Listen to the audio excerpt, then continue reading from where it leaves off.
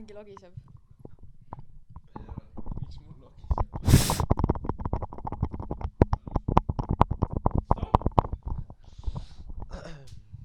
Nii, tere! Meie oleme siis Teeme nüüd algusest. Taab 1 duubel 5.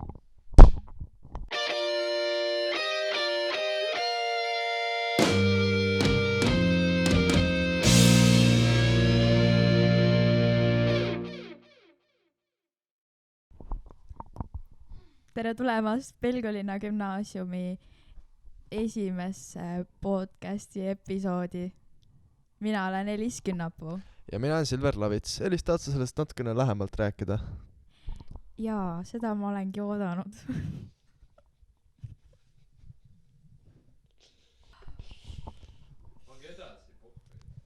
Tähendab, me hakkame siin tegema podcasti nüüd.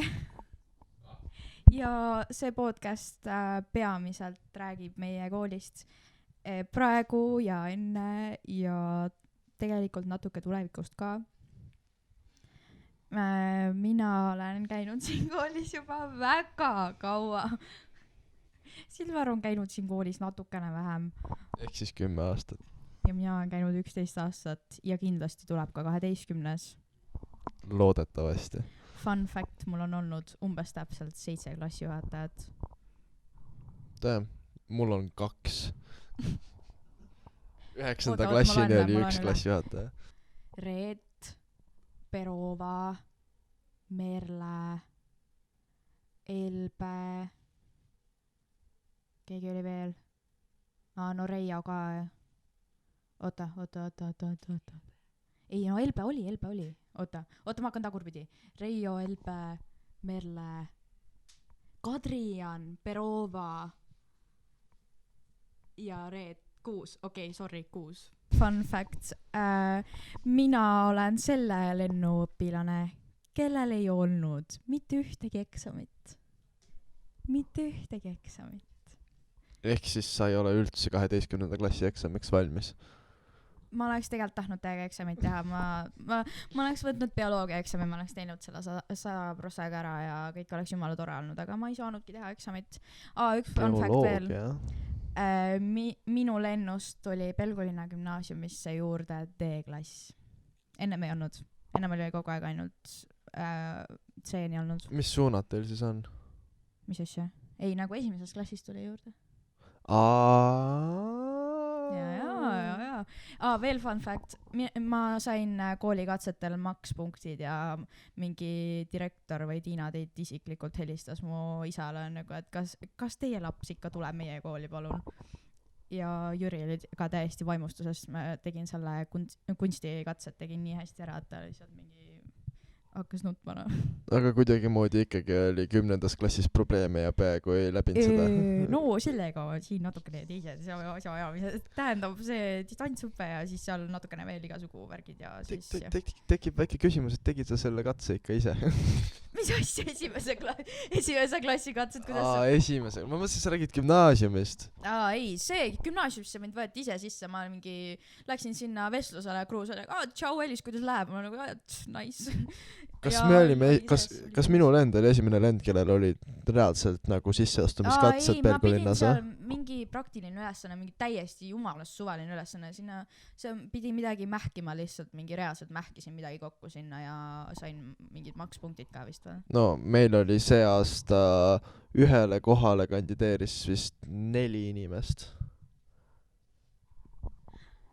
Oota, mis asja?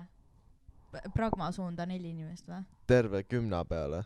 Meil oli just see mingi, et kusjuures osad, kes olid käinud siin koolis ja tahtsid saada sinna Pragma suunda ja nad ei saanud, konkreetselt ei saanud, sest kohti ei olnud, saad aru? Nii paljud tahtsid Pelgosse, et kohti ei olnud. 2005 on babyboom. Meil on kõigis klassides palju inimesi. No meil on ka ju, meil on 60 on kokku nagu terve lend. Teega 60 või? Rohkem võete ju? Meil on 62. kurat, ei meil tegelikult oli rohkem, meil seal Jaa, mingi osad teil läksid ära ja siis Kukkumise oli aega veel olnud. see see oli veel see, et kõik tahtsid tulla kunstiklassist nagu Pragmasse üle, ülipaljud. Kas teil annab ka Kruus haigelt palju õppida või?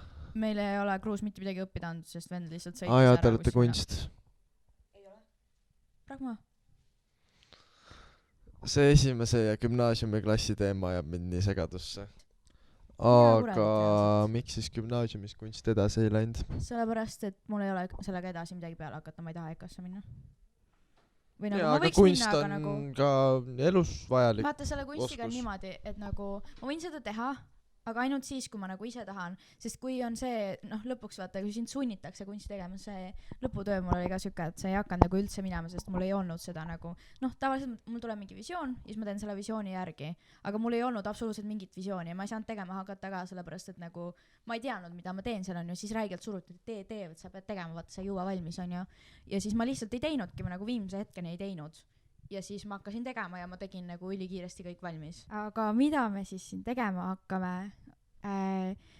Meie koolimajal on 60. juubel see aasta ja see podcast ongi veidikene selline ajalootund, ehk siis me räägime meie kooli õpetajatega ja meie kooli vilistlastega meie koolist ja tegelikult ka nagu praegusest õpilaste elust ja isegi veidike tulevikust.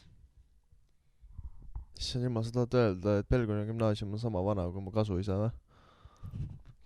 Võib-olla, ma ei tea, kui vana su kasuisa on. See on suht palju, mida korraga sisse võtta. Aga kui teil on mõni inimene, keda te sooviksite siin näha, näiteks mõni õpetaja, kes on kunagi teie õpetaja olnud või sooviksite näiteks ise tulla meiega rääkima, siis võtke meiega kindlasti ühendust. Aga te kindlasti mõtlete, et meie ju tegelikult ei ole igavesti siin koolis. Minul on jäänud siin ainult 1 aasta ja sinul ju 2.